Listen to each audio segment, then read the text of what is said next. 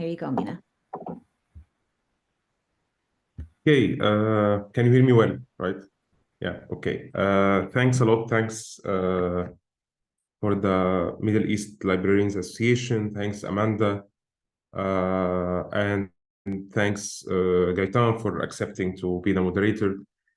Thanks also to my family, supervisors. Also thanks to a writing group called Madame Lamis that actually helped me a lot to write this book. Thanks also again, my two supervisors, just Andreas Langenol and Samuli Shilke, who helped me to finalize the dissertation related to the book.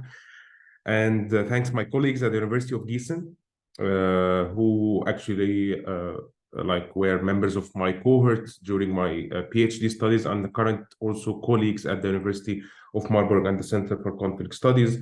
Thanks also to my colleagues at Shubra's Archive and the MENA Present Forum, where I'm also affiliated. Today I'm going to speak about my book, which is kind of a connection of many things, not only my PhD dissertation, but as I will talk, it's mainly connected to something I have been thinking about, or many things I've been thinking about maybe since my childhood. So it's at some point during COVID, I got stuck in the writing process, as we all do that. And then I went to my old family apartment in Shubra, which is a neighborhood in North Cairo, where actually now is based Shubra's Archive that Geta is part of as well, and he also introduced it, the archival neighborhood-based hub in Cairo. And in Shubra, I found my copybooks that I used to prepare the lessons for the Sunday schools. So I used to be a teacher at the Sunday schools in Cairo for the Coptic Orthodox Church between 2018, 2013, or 2014. I will come to that later. And also I used to be a student also at the Sunday schools. So also I used to have my own spiritual, notebook, but also the copybooks that I used to prepare the Sunday school lessons for other kids when I became a teacher. And then and for me this was a treasure, because I actually had stories that I would present now, and then these stories, while presenting them, they just touched not only on things that I have been learning as a Coptic Christian kid from a Coptic Christian Orthodox family, but also they also struck me because I have been always thinking why these stories are not part of academic studies connected to Coptic Christians in Egypt, or also to other Christians in the Middle East. So these two questions I started to ask them, and then I actually got the answers from my diaries, if you can call them secular diaries, where I say things freely, but also the Sunday school notebooks, where of course they are more censored, right, by the church, my friends and mentors in the church. So the first story is during my field work, and many people sitting in the room now know this story. So this is a group of tram workers in Shubra during the 1920s who founded the second Coptic Orthodox parish in Shubra as a result of a class tension that happened between one of the wives of the tram workers and another elitist woman at the only existing Coptic Orthodox Church at that time. So the only Coptic church at that time called St. Mary Coptic Church. And then these people founded the second church, which is St. George Coptic Church, that also Gaita did some field work in it. And this actually story is mentioned in a book published by the church, but it's very marginal, right? Because in Shubra, it has the biggest number of Coptic Orthodox parishes in Egypt as a neighborhood, around 26, 28, if you include the associations that also sometimes are also acting as parishes. But when this story, I came through it, so it's gave me another story of understanding why Copts build parishes. So it's not just to be visible in a Muslim majority country, but also it results from different interests and sometimes, of course, including class tensions. Another story also that struck me is the cover of the first issue of the Sunday School magazine. So the Sunday School magazine was started also in Shubra by the Sunday School Association by Nazir Gaid, who later became Pope Shenouda III, I mean the late Pope of the Coptic Church.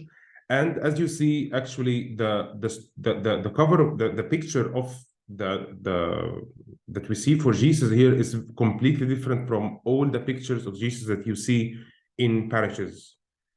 I mean, not only Coptic parishes, but also in general. Like, we don't usually see this image, for Jesus. It's usually Jesus holding a sheep, or holding or talking, like smiling to kids, or like talking to a sinful woman and bringing her away from people who just want to kill her. So I'm protecting her, or like healing a blind man.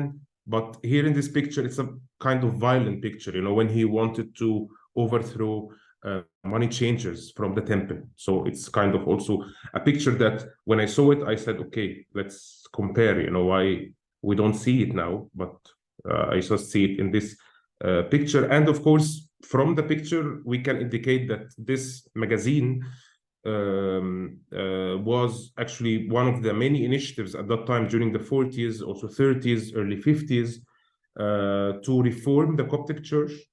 And actually, that sometimes actually one of these initiatives were more violent when a group of Copts kidnapped the Pope, right? And it's this also story. I was astonished when I heard it, but also when I learned about it, I was astonished that I knew that many people don't know about it. So a group of Copts, they kidnapped the Coptic Pope, Yusuf II, also after the Egyptian military coup in 1952. So as the three officers of the military, they overthrew the king in Egypt and they established the republic. So also these people had this Coptic nation society to overthrow the Pope and to replace him. And one of the rumors that is said, but it's not for sure, that Pope Shenouda, or who was used to be Nazir Gaid, was a member of this initiative.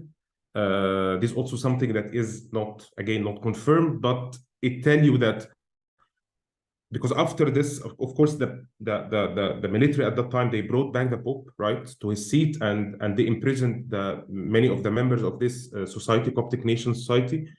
And according to historians, some of them actually traveled from Egypt. They migrated, including Ibrahim Fahmi Hilal, I mean, the main leader of it. But others, actually, they went to the monastery, right? So as many revolutionaries who at some point, they just start to think that, reform can be done from inside. So they started to go to the monastery. Among them, actually, if it's true that Nazir Gaid was one of them, but many of them went to the monastery and they started to think about reforming the church from inside by becoming monks in order to become bishops and then to become even at the head of the church, the Pope, right? So another violent image as well. So these images, right, are violent. They are not the things that you learn at the Sunday school. These things are different from what you learn. I mean, the soft, like, history about Copts that you learn. And even when you learn this story from the Old Testament, like when God in the Old Testament, he killed the people of Samaria, right? And as it's said in this verse, for example. So it caused a lot of shocks, not only to me, but also to many of my interlocutors of my generation, right? Coptic Christians, who either stopped to read the Old Testament because for them it's kind of, they started to doubt their faith. Okay, is this the God of the New Testament, or he's different, or so they stop to read the Old Testament from the beginning, or they start to turn the Old Testament into symbolic stories, right? So no, actually God didn't kill the people, even the Sodom and Gomorrah, or like even Noah's Ark story. These stories are not real; they are just symbolic, which is of course a non-Orthodox teaching. You cannot say this inside the church, right? I mean, openly. But at the same time, you can. But among members of my generation in particular, but also some actually of our Sunday school teachers, we started to think about that. Okay, so no, he's the same God, but actually these stories are more symbolic. They didn't happen as they were written. Another story of Nestorius. So also Nestorius, a guy that I learned at the Sunday school, and I taught at the Sunday school as well, that he was a heretic, person who negated Jesus' divine nature and said, no, Jesus was just a human being. And he actually was actually excommunicated from the church. And I learned at the Sunday school, and I taught as well, that Nestorius was killed by God. So actually he got problems in his stomach, and then he went to the toilet, and then he was just died. He just was killed by God. But then when I started to read not only history, but basically a novel called Azazil, if you hear about it, by Yusuf Zidan, novelist Yusuf Zidan. But also if you check, other historical accounts, you start to think, no, he was actually poisoned by the leaders of the church in Alexandria. He was not killed by God, he was killed by the people, right? Because he said something that seemed to be unorthodox for them at the time, or something that is not true about Jesus. So you start, again, that I'm talking now about 2008, 2009, when I was 16, 15 years old, when it was these stories, I started to just write them down, and start to question my mentors at the Sunday school, like, okay, like, tell us the truth, And actually one of the ironies about this, that I was a kid at school. So at the Sunday school, kids are divided into classes, and each class has a saint name, right? So my class, the saint name of my class was Pope Cyril the First, or Baba Krollos Amududdin, who was actually, like, according to historical accounts, killed, or who contributed actually to murder of also Jews, pagans, in Alexandria as well. So for me, I know, like, talking about history, it's difficult to exactly know, according also, especially historians of late antiquity would tell you, it's really difficult to tell what happened. But for me, as a kid, it was problematic, because when you start to read something different, and not only, I didn't actually care about at that time whether this historical account is good, is true or not, or is good, or it's really, or it's history or fake history, but just to try to understand the differences between what you learned at the church and what you start to learn outside, not necessarily from academic writings, because this came later. Of course, the first was novels, through the internet, from the satellite channels that started even to become very common in households in Egypt. So you started to question, what is, or where is the truth? And this is from my field work, actually. So this picture, I wanted it to be the cover of my book, but the publishers didn't allow me to do it.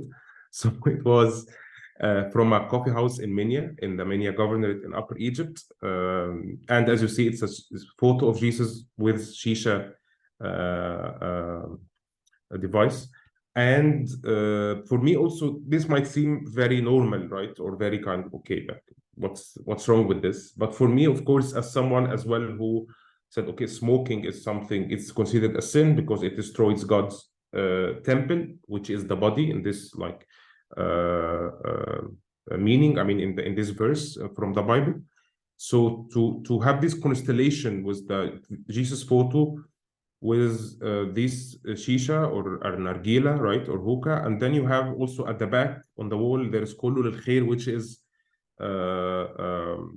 also derived from a biblical verse that everything works for the good, but also it is also something that people also take as a saying by Pope Shenouda III. So to have this constellation, this actually, in a nutshell, my book, right? So what does it mean to bring all of this, right, things, and to start to talk to people about their themselves as Coptic Christians? Okay, last one. So again, beer as well. This from a famous, of course, bar in downtown. For those of you in Abdel Khalid Sarawat Street. again, bringing stella or beer to, again, study about Coptic Christians, what this means. So not only bringing violence, or not only bringing doubts about faith, whether our faith, Coptic Christian, is good or not, but also to bring these materials like shisha, stella, and these materials in a study about Coptic Christians. Another picture is, this is the parable of the Good Samaritan. And actually, I started to recall this from after the Rab'a massacre in Egypt, when the Egyptian military killed over 1,000 members of the supporters, members, affiliates of the Muslim Brotherhood. And I start to think, and I wrote this as a piece in Jadaliya as well, that became very Jadaliya, became very dialectic actually in even among people that I'm friend with, either in the church or on social media. And that piece was titled The Absence of Coptic Christians on the Rab'a Square. So because here violence, I learned also as a Sunday school kid and teacher that it's only Copts who are killed, So just Copts who are killed in a church bombing or in a demonstration or in even in the street. But now it's the other who is killed. So, okay, how can we understand our victimhood through others, or how can we rework or re-understand our victimhood when others are killed? Underscores the story of the Good Samaritan healing his enemy from the Jew who's healing his enemy, who is the Samaritan healing the Jew who is his enemy, is of course something that I have been thinking about, and thinking whether this story from the New Testament can work in real life. Okay, so one last story, so just not to go so much. Many of these stories are in the book, but others also are not. So this is also one last one, is from a Coptic Christian who was actually a thief, a murderer, who got executed in 1958 in Egypt. His name is Magdi Yassa, and as you see in the pictures, he was smiling before getting into the execution chamber. And actually, the one with him, next to him, is a priest from Shubra. He's actually known to be a saint, Abuna Mina Ibrahim, and he's actually giving him confession, right? Before going to get executed. And then, of course, the title written here, Magdi Yassa, is smiling or laughing. It's laughing, but I think he's smiling while getting executed. And this was actually, this issue from Ahram was published after he was executed. So, of course, when I see this picture, and I'm being involved also in prison studies, I think that, okay, whether people can smile in Egyptian prisons, or even prisons can allow people to smile, whether in Egypt or not, in general. And then, of course, I started to compare it to the story of the monk who was accused of killing a bishop in one of the monasteries on Cairo Alexandria Desert Road, and actually he got executed as well, like a couple of years ago. And of course, before he got executed, there were human rights reports saying that he was actually banned from giving a confession. He was banned from receiving the communion. He was tortured to confess actually of something that he didn't do. And for me, regardless of whether he killed the bishop or not, but of course, comparing again this story from Al-Ahram, and of course, if you are studying Coptic Christians, right, of course, many Copts, including even myself, right, would make use of maybe things that are written by in Al-Ahram, or even by a Muslim journalist here, in order to maybe say, okay, so this is objective, right? So if a Muslim is writing something about Christians, so he's objective, and then many Christians, would use it, as something that is a proof that Magdi Yassa really smiled. This is not fake. It's not, for example, it's not the Sunday School magazine that's publishing this, right? It's Al-Ahram, which is the most famous state newspaper. Okay, so sorry for saying all of these stories, but just wanted to bring you into my field and into my doubts, right, for the last, maybe, I don't know, now, since 2008, 2007, when I read not only Azazil by Yusuf Zidane, but also Sons of Gabalawi by Naguib Mahfouz. When I started to think, okay, we can read about God outside the Bible. We can know about religions outside the Bible, right? If you know Sons of Gabalawi, of course, again, there is all of this controversy about it, but again, at the end of the day, it's a story of the prophets, right? And God and the human being. So no, we can know about this, but what does it mean to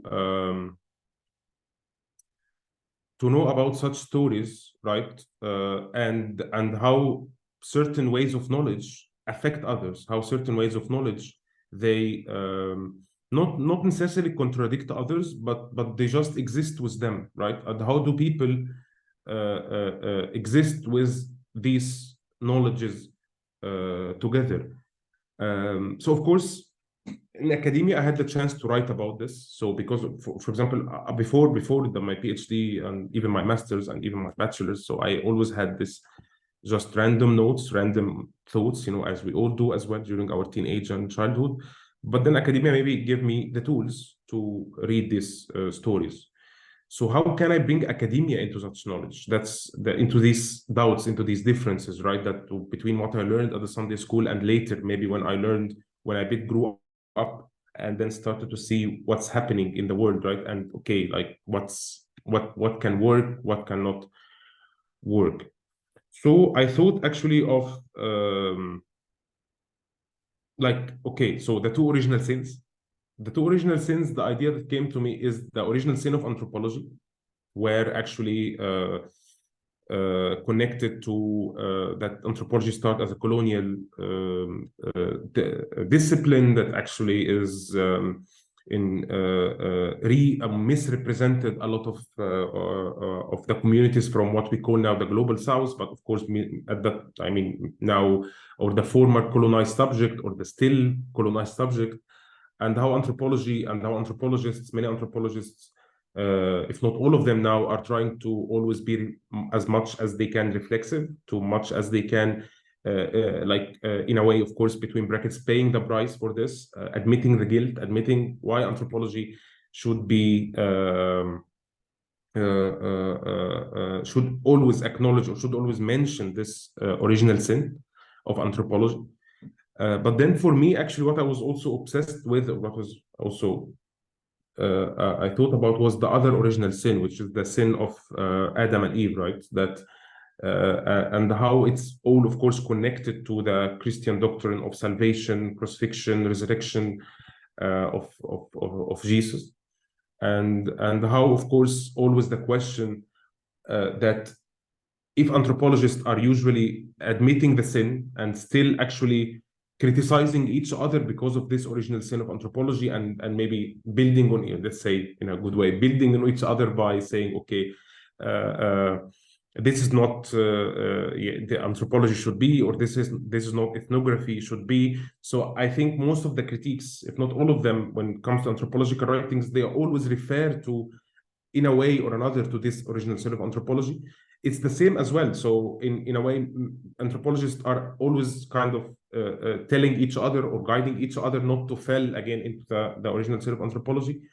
But also the question that comes to my mind, that although Jesus had the salvation of the cross, people still commit sins, right? So people still actually do the sins. So what does it mean to bring actually this crisis of representation? And this is my main argument, how to bring this crisis of representation that actually shaped many of the anthropological writing on one hand, and also to bring this sins, that are very connected to the Christian dogma as well, on a theological level. And what does it mean to bring these sins to the crisis of representation of anthropology, to the sin of to the original sin of anthropology? What does it mean to bring the doings, practices, relationships that are according to the hegemonic interpretation of the Coptic Orthodox tradition? These doings are considered as sins. What does it mean to bring them to the crisis of representation that many anthropologists are trying to avoid, actually, right? In order to understand this question, that I will elaborate more in what is remaining from my presentation now, is okay, so I should bring writers, right? People who are informed me by what is called critical thinking. So what should I do? I actually tried, in order not to make my work disconnected from the community that I studied. So I started to think about the moments when I mentioned or when it was mentioned, people or scholars that I studied, when they were mentioned during my fieldwork, when I talked to my interlocutors about them before or during my fieldwork, or even when the names of people that I write about in my book also were mentioned in the church, even as a joke. So Aristotle, very quickly, I'll go over this. So Aristotle, for example, many of friends, especially my parents' friends, were just calling me when I was a kid Aristotle, because I was saying things that people cannot, that they don't understand. Karl Marx, because I have a beard, so they would call me Karl Marx of the church. And of course, I was always like criticized by the church. I mean, especially priests, that they tell me it's just either communists or priests who should have beards. Edward Said, whom I mentioned to a colleague of mine at the Sunday school. He was also an elder senior teacher at the Sunday school. And when he told me, okay, who is this? Like, and they told me, like, you should not bring these people into our setting as a Sunday school class, right? And then I told him, but Edward Said also was of a Christian, origin. He also defended the East against the West, and start to try to convince him of what I want to say. But then at the end of the day, he told me, okay, but he should also not be here. So I started to question, okay, so Edward Said is defending us as people from the East, but at the same time, these people from the East, sometimes they even don't know him or even don't want him to be in their settings, right? And again, Michel Foucault, finally, when I mentioned him once, not by name, but through his idea about discipline and punish, when I connected it to, because of course, many of you know that Foucault based his idea of discipline and punish based on the medieval age idea of pastoral care, right, in the church in Europe. So I also connected pastoral care, and I brought it, I know it through discipline and punish, right? So I started to also mention it in a way in the class without, again, mentioning Michel Foucault. Okay, so to bring what I said, now, the last maybe 5 minutes of what my presentation and my book is about. For me, a second crisis of representation does not only mean the absence of the stories that I mentioned, the first half, right, in academic literature. No, this is not what do I mean. It's not only to bring the story of what I meant, the stories that I meant as well, that I mentioned, in an academic book for Western audience, and to say that, see, like, Coptic Christians are also humans. They are also, there is also I try to bring, new ideas to the study of anthropology of religion, or like, I don't want to fill a gap in academic writing. That's what I didn't want to do. So this is that's what I didn't want to do through what's the second crisis of representation mean. But my main audience actually were my interlocutors while writing this. So the second crisis of representation for me, we all know the first one, right, during the 1980s, that actually people start to bring really critically the original sin of anthropology, and to what does it mean to represent the East or the global South or the colonized subject.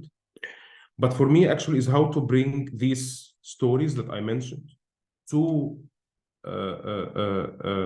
academia, and to make this connection between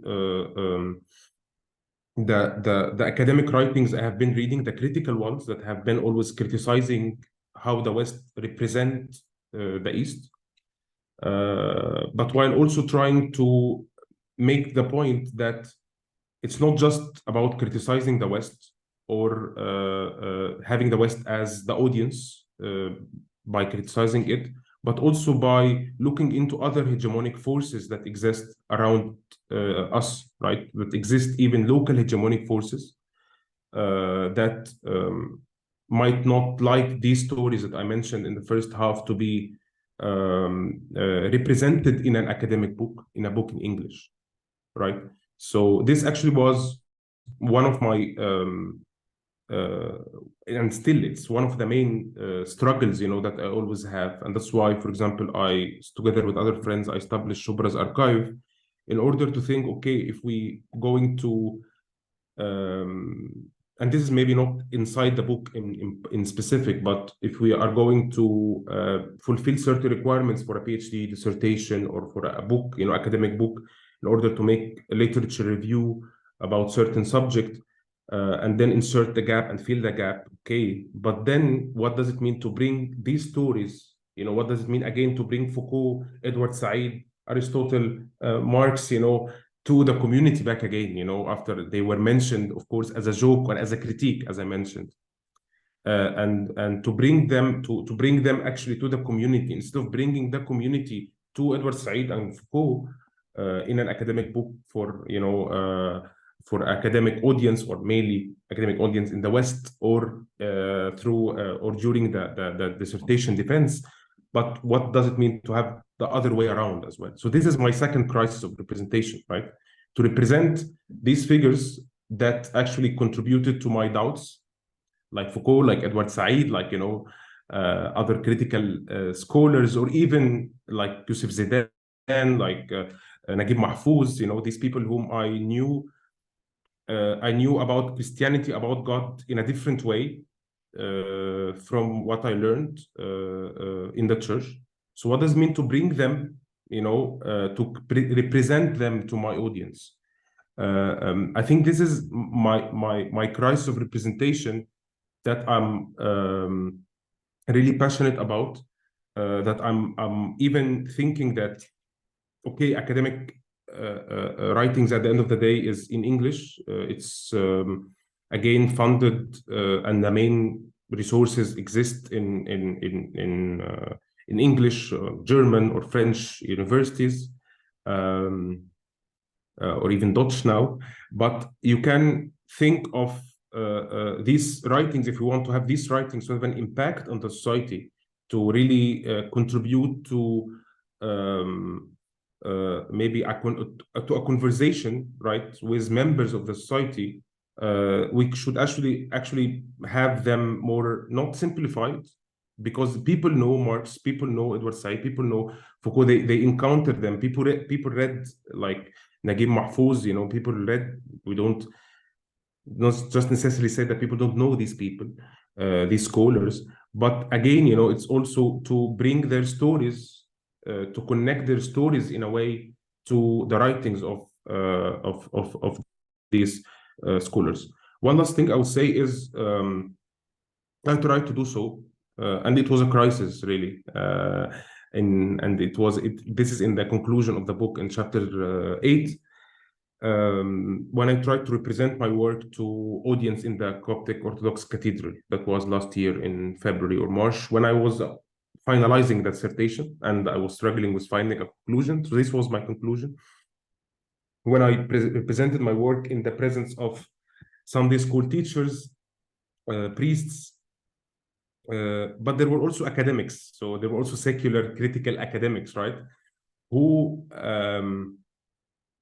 actually supported me at that time. But of course, when I presented this work, not all of them, but the majority of the audience, of course, of the church members, they criticized my work, especially, of course, the famous quote that I even mentioned a lot in the book of airing out our dirty laundry. They told me there are foreigners, there are Muslims in the room. You should not talk about Copts who smoke, Copts who drink. There is also Copt who is a queer, Copt who is a sex worker. You cannot talk about these stories, right, in front of other people. So I don't know what they would say now if they find that there is a book about that. But my interlocutors who are Coptic Christians know about the book. I'm trying to translate for those of them who don't know the English. I try to translate the pieces or the parts that I wrote about them in Arabic. I really hope one day the whole book will be translated in Arabic. I know it will be a crisis of representation. And this is really, if we want really to theorize from the South, and we always thinking of theorizing from the South, I think this is for me, in my opinion, this is the point of departure, is to theorize from the South by really accepting that there is another crisis of representation that would happen, and that face many actually colleagues of mine, many of them are actually with us now in the room, is how can we represent our work, academic work, to the community we are working with. Thanks a lot.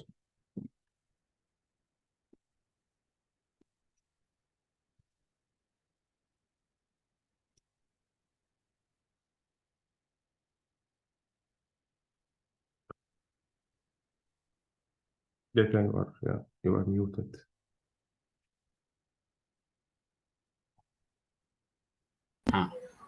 Okay. No, I couldn't reactivate my microphone myself. So thank you very much, Mina, for this very insightful presentation, and thank you for the book. Actually, I find it a really fascinating book, and especially because I've read a lot of books about Copts and Coptic subjects, because I made my PhD about that, also about that subject. And I think it's the first time really I read something like that. And I think also it's very important book because by the methodology also of autoethnography, and the fact that you mentioned that you don't just write it in English and leave for Germany to have a career. You stay active in Egypt. You founded SARD, also the archive center, and you go in the cathedral and you speak about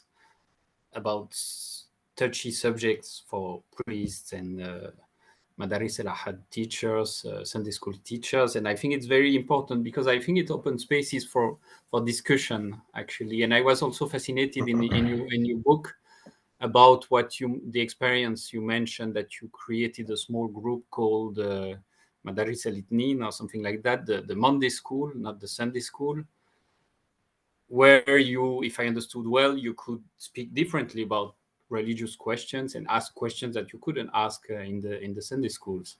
And in a way, I think it's also a way to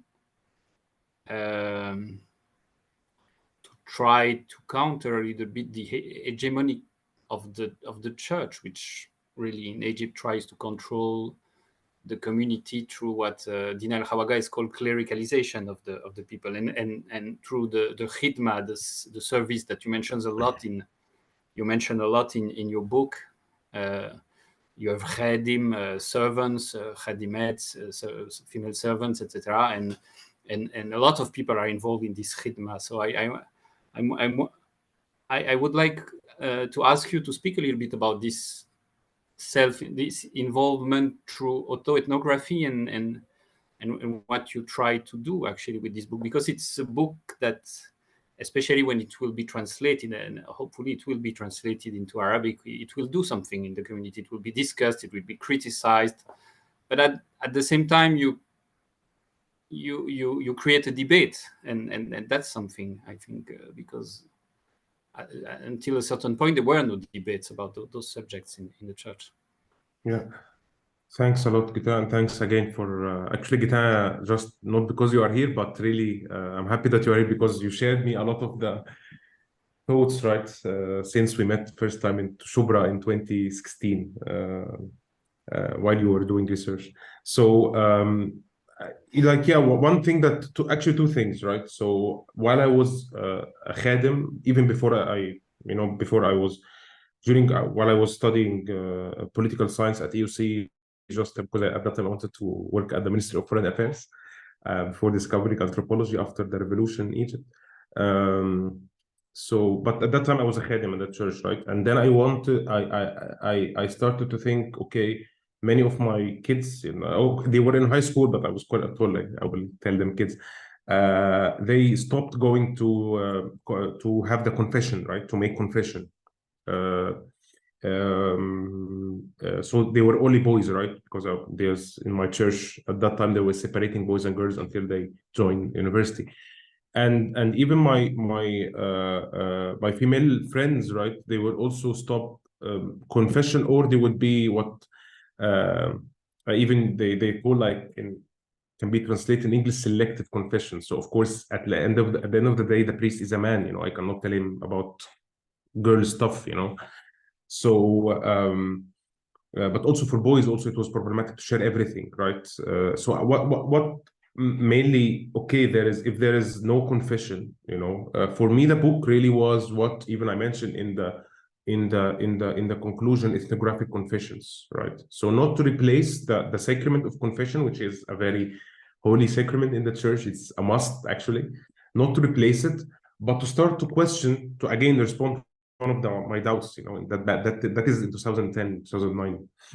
Okay, to what extent confession doesn't work, right? To what extent confession stops or even is feared by people? Not that the priest would reveal the confession, of course, no, but actually people go to confess in order to heal, you know, like I mean internally, right? So of course there are a lot of stories about this, like there is the life, what's called the life coaching, you know, psychiatrists, you know, cultures that start to emerge, you know, at that time. So people start to visit them and they start to replace the father of confession. But also there are what's called spiritual leader. Some people went started to go to a Protestant or evangelical church because they don't have confession, so it's easier. So people start to have their own solutions, right? And for me, and even at that time, so I even started to recall when I would ask even my kids, okay, why don't you go to confess to the priest? Although I was even stopped doing confession at the same time, but I was a teacher, so I had to play the teacher role. So even their answers and my answers, you know, even when others would ask me, right, why, I started to bring them in the book, right, through what the ethnographic confession, you know. So that's something I think is very important for the community in order to see, you know, like especially with stories of a barman, right, owner of a bar, who was a Coptic Christian, who would say, okay, I would go to confess that I'm owning a bar, but I would wake up next day, I'm still owning a bar, you know, so it doesn't solve anything. Or I'm working for a casino on a roulette table, I'm still doing it, you know, so it doesn't change anything, right? So it's even connected to economic reasons here. So here, of course, it's something that these ethnographic confessions is a way to understand, you know, when the tradition really doesn't help, or when the tradition, people start to rethink, you know, things that they learned again, or that they were cultivated as religious subjects, which of course this is connected to literature about anthropology of Islam, anthropology of religion. So here comes my contribution to this. And the second thing, just to be quick, is connected to, and I think this is the main, right? So is something about the Sunday school itself. Again, it's something connected to the community. So maybe I can talk about the academic contribution, but really this is at this point in particular, I'm more interested in the community. But it's also maybe it's somehow connected to the academic. So the community is that the Sunday school started to lose its influence on many younger generations. Even, I mean, the younger generation than mine, I'm 31, but I mean, even kids who are 10 or 11, that it's never like the 90s or the 80s, you know, or the early 2000s, which is my time, right? No, it's completely different. And it's not only because for the revolution, it's because of a huge change that happened during the last 10 years, you know, on many levels. That the kids, you know, now with age of 11, 12, 13, their lives started to change a lot due to many reasons again. So for me, it's the book, for me, if it's translated again, and again, you know, I'm trying as much as I can to share it with kind of, between brackets, progressive priests who can understand what I'm talking about, but start to put it, you know, on the table. Sunday school for me is a successful story. It's important story as well in the Egyptian history, but it needs to be revisited. You know, it needs to change. It needs to adapt to needs of upcoming generation. Yeah, and the third point, again, if I would add just the academic contribution in a sentence, for me, I'm really bringing stories that it's difficult, they were invisible, completely invisible from academic literature about Christians in the Middle East, not because that I'm, amazing scholar, but because actually I'm a member of the society, and that's why auto ethnography here helped me to bring up these stories, of which I was part of many of these stories actually. So yeah, thanks. Thank you, Mina. So I'm checking if there are some questions. So we have here one question. I'm really interested in your positionality in academia. Are you saying that you published it academically because of its distance from the community? Yeah. Okay, of course it's a distance, and Amanda, it's also the language. Like, of course, I mean, yeah, this book actually, it's written first in Arabic, because I wrote things in Arabic and then I translated in English and then it would be again translated in Arabic, So that's the thing. So of course the language is a distance which is needed. Being in a German university is a distance which is needed. And that's again, you really put it, that's the crisis of representation that I mean, that it's not the representation of my community or the East to the West. No, it's again the representation of what I wrote now to the community, that especially, this is really what I mean by the second crisis of representation, because it's a huge crisis, not only because that people would just criticize, but it's something that we see it actually in Azazil when it was published, and like the Coptic Church produced a 1,000 pages book. Gita, you know this book, right? By Bishop Bishoy, right? 1,000 pages responding to every sentence in the Azazil, although Yusuf then said it's fiction, but no, it's still the Coptic history. So I don't know, imagine if I'm writing something about current affairs, of course it would be, it's not, so it's something that I'm less brave maybe to write in Arabic immediately. So academia for me, not at the beginning, but maybe later I'd start to discover this distance, of course, yeah.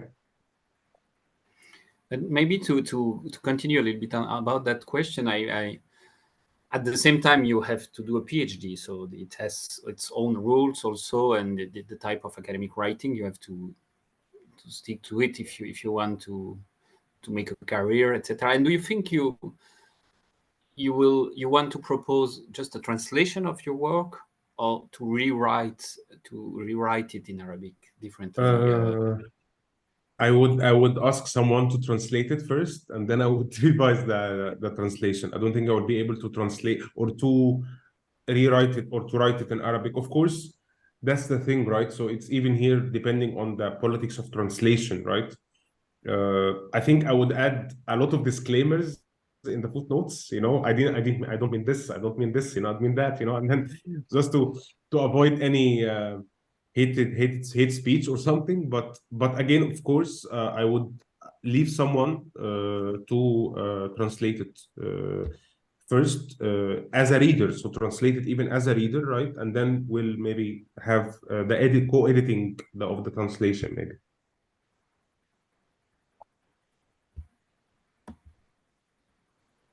Yeah, Tan, I think before we move on, I posted my question at the same time as someone else, says Daniel's question right above mine. And Nermin, yeah. Nermin. So should I read it? Yeah. To elaborate more on what happens when you take Edward Said, Foucault, and Marx back to the field. What do the scholars? Gita, I think there is Daniel. I guess there is Daniel before Amanda, but before. Sorry, I missed that. Okay. Yeah, me too. Yeah. I think I'm not. Yeah. I can read it. So thank you for your talk. In the West, Middle Eastern studies departments and positions are often combined with Islamic studies. So how can librarians, which is a large part of the audience here today, how can librarians in these positions be more inclusive towards specialists in indigenous religious minorities of the region? Okay, but you are the librarians. Oh, he's asking. Oh, okay, then he's asking me as to just to give. Okay,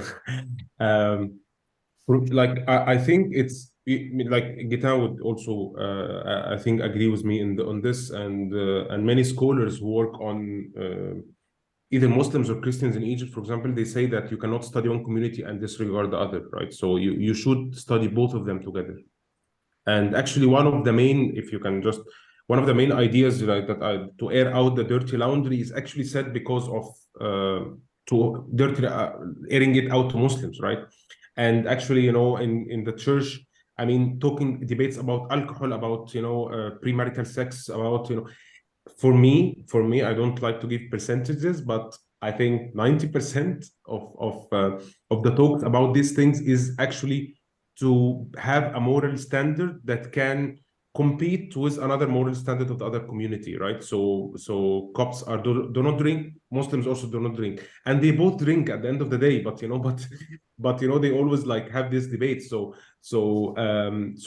you cannot study one without the other.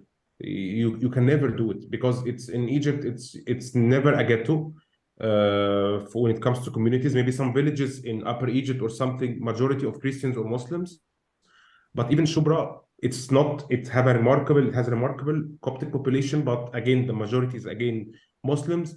And really, Shubra is very specific because it has this big number of churches, and thankfully, and touch wood, there are less sectarian tensions happening in Shubra, as long as I know. And you can say why Shubra, although like next to it, Zawiya al-Hamra or Imbaba, other neighborhoods that are known to have a history of sectarian tensions, right? So it's amazing actually to compare these neighborhoods together, although they are the same people living here and there. So yeah. So my answer is really it's just to, for me it should be both actually, you know, studying intercommunal relations always, and whenever we study something about Islam, and that would always be my question, right? We should also think about its impact on Coptic Christians when there are banning of alcohol, and a lot of literature written about this in anthropology of Islam, for example, or even Islamic history. But it has a huge impact on Copts historically and nowadays as well. Thanks. So I think the next question is about Said, Foucault, Marx, etc. What did you? How did the field challenge, expand, or contradict those theories? Yeah, as I said, thanks, Nermin. Nermin also is a member of the Lamis. It's actually a fake name, you know, but it's a Lamis writing group that helped me to finish the dissertation. So thanks, Nermin. I think one of the things when it comes to this course, so you know, when you are undergrad, you first class in anthropology or even any critical theory class, you study Edward Said, Orientalism, right? And for me, it's of course, you know, like 2 days ago we're celebrating the anniversary or commemorating Edward Said, right? But for me, we all got brought up for Edward Said, and also of course Karl Marx, you know, and the critical theory and the critical thinking, you know. And I remember I have this small graphic book about critical theory. I had it as a handbook for many years. But then again, this is, you know, scholars use to use these scholars for me as to speak on behalf, like I would say it like this, like to speak on behalf of the misrepresented communities in the global South. Either to say these people are victims of your colonization, or no, these people actually are not victims of your colonization, but they are also activists, or have agency who can actually talk to you again, or criticize your colonial thinking or your colonial theory, right? But in both cases, it's always, the audience is always there, you know, it's always sitting out there, either as someone who is victimizing people in the global South, or people as or people who would be maybe, I don't know, written or who would listen about the agency of people from the global South. It's always they are always part of it. So it's always the American, for example, empire, you know, either we criticize the Americans or we praise the Americans, you know, and I mean, it's always the US, for example, should be there. The West should be there, you know, in any academic writing, which is, of course, fine. And I accept it because this is how academia should be. But for me, okay, let's try the other way around for a second. And then, okay, this critique. So Edward Said, who really contributed to our own understanding of who the East, who the West, you know, and these things, right, or who inspired, you know, I mean, thousands of scholars, including myself. What does it mean to bring him back to the community, right? And really to speak to Edward Said when he wrote about the relation between the intellectual and the society, you know, it's not something that I'm inventing. He himself wrote about that. So to what does it mean to bring it to the society, but not to the Western society in this case. It's actual society that he was defending, not the society that he was. Yeah, I mean, you know, when I was watching, for example, film Al-Akhar, Yusuf Shaheen, the first scene of it, Edward Said was there, was Hani Salama, right? And so actually, when I was seeing the film and with my friends, and Edward Said again was talking about talk about the West, criticizing the West, and no one was knowing who is this, you know. I mean, from my friends, where once we watched this film in the cinema, like I remember it. At some point, no one was knowing who is this, including myself, you know, at that time, because I was young, of course, very young. So, but even when I grew up, no one else was knowing who is this. And it's not about knowing his face, but about knowing his ideas and how his ideas speak to the society that he is defending. That's even maybe my idea. So we have another question about how do we think researchers with different positionality than yours from the Shubra Coptic community will come to different conclusions about these deviant topics? How would research on Shubra's Coptic community look different if the researcher was non-religious Muslim or even non-Egyptian? Gita is a solution.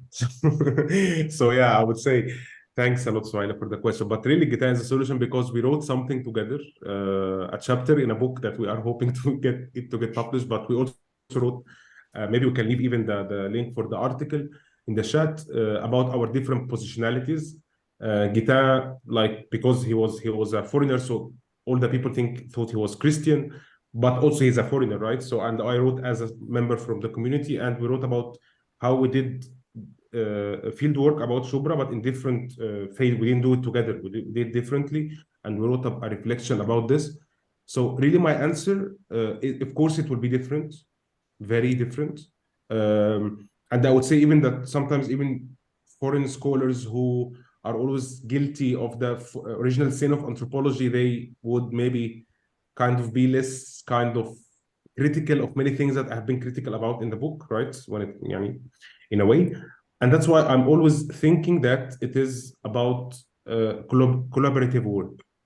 Things would be completely different. So and that's one of the main aims of Shubra's archive, actually, that I'm always even talking about writing together. Not necessarily because writing together, also some people just love to write alone, but at least to put writings together, right? And to think about so positionality would, of course, contribute to different conclusions, but the important thing really is to bring these positionalities together. And I think this is something very important that I love to do it. And currently I'm all the writing projects, for example, that I'm part of now are all co-authored, because I'm really thinking that this is very important thing in order to bring different positionalities in conversation inside one co-authored paper or even book.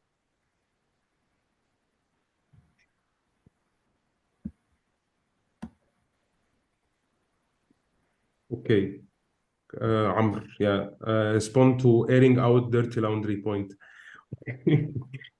Okay, because I think Amr, you had the same question as well for the book you published. So I always think that I always think it's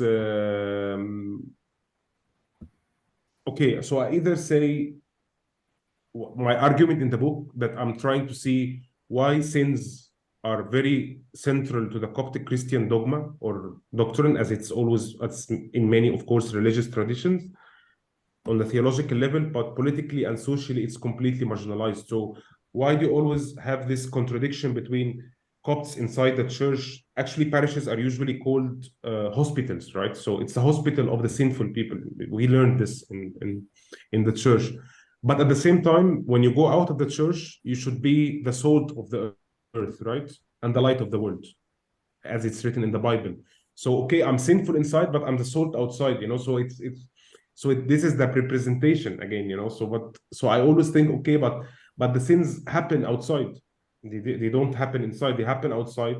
And already people know, that if there's a Christian who's the owner of a bar, people know his guests are already Muslims and Christians. Of course, it's not a convincing answer what I'm saying, but of course, it's never convincing. And this is the crisis come from, but not everyone you respond to do not get convinced. Of course, some of them do, but the majority, I say, no.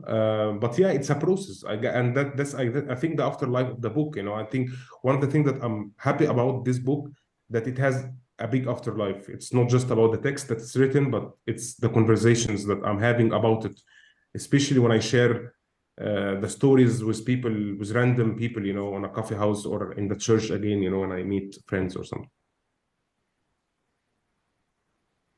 So I know we're running late, but I'm wondering if I can have the last question. The Shubra archive. I was wondering if you could. I love the idea of it, and I've read a lot about it. But I would you mind giving us a quick update on where that's at? Now that you're in Germany, are you still running it? Are you someone at home running it for you? And what's your idea for the future of it? Yeah, so with us there is Yasmin actually in the chat room. She is the main coordinator of Shubra's archive now, and so even when I'm in Egypt, she is now the main person inside it now, taking care of the teaching programs we are doing, even the research projects. It's going on. Also, there is with us there is Fatma, Khalid, and I don't know others who with us. Bitan, as I said as well, friend of Shubra's archive as well. So no, Shubra's archive is going on. It's trying now to, of course, it started as a personal initiative. It is, but again, to connect it to Suhaila's question, it's actually again, it's because I cannot answer these questions alone, that they know this crisis of representation question alone. And that's why it happened, because of it's a way. And actually in Shubra's archive were the place where the Monday school happened, right? For a couple of weeks, and then someone in the church knew, and then it was canceled. So but then Shubra's archive, it's a way to collaborate with Western scholars coming to Egypt, studying Shubra, or even Cairo, or even Egypt, other people's lives, in Egypt in general, and to try to tell them about this second crisis of representation. To try to tell them, okay, you are writing. I know you are coming here with a very critical mind to defend the community, to tell, to represent it to the West without falling into the original sin of anthropology. But again, here we are really working on making routes, tubes of or channels of reciprocity, but literal reciprocity of how we can represent your work again to the community. So it's going on, and now actually we are having this series. The first one will happen in 2 days or 3 days, by bridging this gap between communities' everyday lives and the writings that were written about these communities, by actually having these presentations in Arabic, actually, of academic work written in Arabic and English or French, for example, and to present it in Arabic. Yeah, thanks a lot. No, great. Thank you so much. And I guess I'll just end with, again, as a librarian organization, if there's any way we can help to support such local community archive initiatives, please think of us as an organization, as individuals, because that's something we've been as librarians, we're often in very colonial institutions, and we are trying really hard to reconnect with local communities and support their culture production. So that's one of the points of this series, as well as something we're looking at more individually. So I guess, yeah, we're 10 minutes past, which is always the sign of a great talk. But I want to thank Gaetan Roy, and I want to thank Mina Ibrahim for coming here and Thanks a lot. Being our first lecture of this series. And keep an eye out for more events to come. And thank you to everyone for coming. But thanks mostly to our presenters. Thank you so much. Thanks a lot. Thanks, Amanda. Thanks, Gaetan. Thank you.